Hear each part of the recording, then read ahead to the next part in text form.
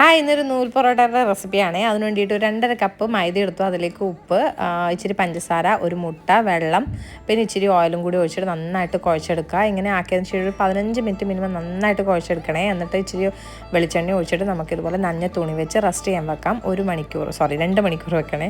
അതിന് ശേഷം വീണ്ടും ഒന്ന് കുഴച്ചെടുത്തിട്ട് നമുക്കിതുപോലെ കട്ട് ചെയ്തെടുക്കാമേ. ഇനി ഇത് ബോൾസ് ആക്കിയിട്ട് ഇതുപോലെ വീണ്ടും 1 അവർ ഒന്ന് റെസ്റ്റ് ചെയ്യാൻ വെക്കുക. ഓയിലാക്കിയിട്ട് നഞ്ഞ തുണി വെച്ച് അടച്ചു വെക്കാം. എന്നിട്ട് കൈ വെച്ചിട്ട് ഇതുപോലെ നന്നായിട്ട് പരത്തിയെടുക്കുക. എന്നിട്ട് ഇച്ചിരി മൈദ ഒന്ന് തൂക്കിയിട്ട് ഒന്ന് സ്പ്രെഡ് ചെയ്ത് കൊടുക്കുക. എന്നിട്ട് ഇതുപോലെ കട്ട് ചെയ്തെടുക്കുക. തിന്നായിട്ട് ഇതുപോലെ ആക്കിയിട്ട് നമ്മൾ കയ്യിൽ വെച്ച് ഇതുപോലെ റോൾ ചെയ്തെടുക്കുക. എന്നിട്ട് ഇതുപോലെ ചുറ്റിയിട്ട് എടുത്തു വെക്കുക. എന്നിട്ട് അടച്ച് വെക്കണേ. എന്നിട്ട് അതിൽ ഫസ്റ്റ് ഉണ്ടാക്കിയതെടുത്തിട്ട് കൈ വെച്ച് ഇതുപോലെ പരത്തുക. എന്നിട്ട് ചൂടായ തവയിലോട്ടിട്ട് വെളിച്ചെണ്ണ സ്പ്രെഡ് ചെയ്ത് തിരിച്ചും മറിച്ചിട്ട് നമ്മുടെ പൊറോട്ട ചുട്ടെടുക്കാം. അപ്പം നല്ല അടിപൊളിയായിട്ടുള്ള നൂൽ പൊറോട്ട റെഡി ആയിട്ടുണ്ട്. നല്ല അടിപൊളി കുറേ ലെയർ ആയിട്ടുണ്ട്. ട്രൈ ചെയ്യണേ.